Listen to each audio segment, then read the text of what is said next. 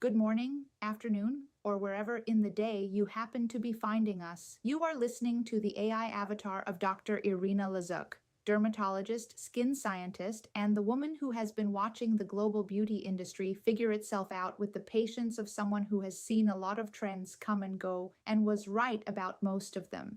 Dr. Lazuk is not with us today because she is currently somewhere in the South Korean countryside, embedded in a cosmetic fermentation lab that she described in her last communication as genuinely the most interesting room I have ever been in. She went in for a 2-hour tour. That was 3 days ago. The lab reports she is thriving. They have also asked if she would like a job. She is considering it. We are monitoring the situation. So, you get the avatar. And today we are talking about something that sounds like a geography lesson, but is actually a masterclass in why good skincare survives and bad skincare eventually gets found out. What actually happened when K-beauty met Europe? Now, if you followed the K-beauty wave, and if you have skin and access to the internet, you probably heard the story told as a popularity contest. Korean skincare conquered the world because people loved it. The packaging was beautiful. The routines felt luxurious. The glass skin results were aspirational. Influencers were glowing. Everyone wanted in. That story is fine. It is also incomplete because when K-beauty moved into Europe, popularity meant absolutely nothing. And that is where things got genuinely interesting. European skincare culture is not sentimental. It does not care how a product photographs. It does not care that something feels lovely or smells incredible or comes in a container shaped like a cloud. European dermo-cosmetic standards, the ones developed alongside actual medicine in actual clinical environments, ask a completely different set of questions. Does this work repeatedly? Does this stay compatible with skin that is also managing lasers, peels, injectables, seasonal sun shifts, pollution, and stress? Does this pass long-term stability testing? Does this survive intolerance? Those are hard questions. And a significant portion of what arrived from Korea did not survive them. The excess, the novelty products, the sensation-driven formulas, the ones that relied on tingling and immediate brightness and aggressive turnover to prove they were doing something, that stuff quietly disappeared.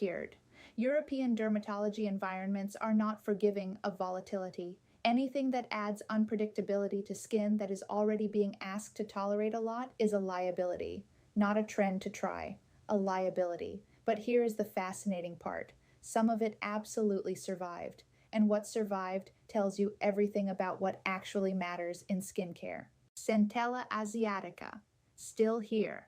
Not because it became trendy, because it demonstrably reduced inflammatory signaling without impairing the skin's ability to repair itself. Those are two different things that are very easy to confuse and very hard to achieve simultaneously. Centella managed it. Europe kept it. Mugwort, still here, because it calmed compromised skin without creating occlusion problems in post-procedure environments. It integrated without interfering. That is a genuinely high bar, and it cleared it. What passed through the filter was not the ritual, not the 12 steps, not the glass bottles and the satisfying layering sequences. What passed through was formulation intelligence, the deep understanding developed over decades in Korean cosmetic labs of how skin feels information, not just what is in the formula, but how it arrives, how it spreads, how it settles, how it signals, whether it whispers or shouts. And here is where it gets really elegant. Because European dermo-cosmetics already understood discipline. Long-term testing, ingredient scrutiny, post-procedure compatibility.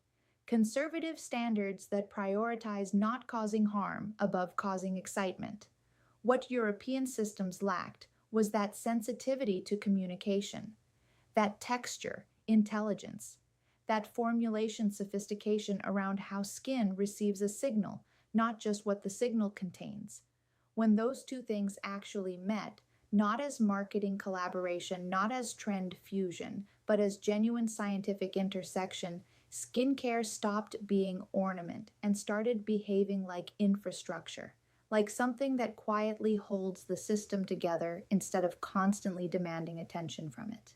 Clinically, this is obvious once you see it. Skin that is supported rather than stimulated recovers faster between treatments. It does not oscillate between that uncomfortable cycle of oily and tight, shine, and sensitivity. It does not flush as long after procedures. It does not fight the things being put on it. When skincare cooperates with clinical care instead of competing with it, results stop feeling fragile. They stop disappearing the moment something in life gets complicated. This is also why the second wave of K-beauty feels noticeably quieter than the first. Less spectacle, less drama, smaller claims, simpler packaging, and significantly better outcomes because it is no longer trying to impress consumers. It is trying to stay compatible with actual skin in actual life.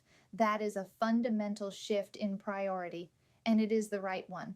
The lesson here has nothing to do with geography. It is entirely about standards.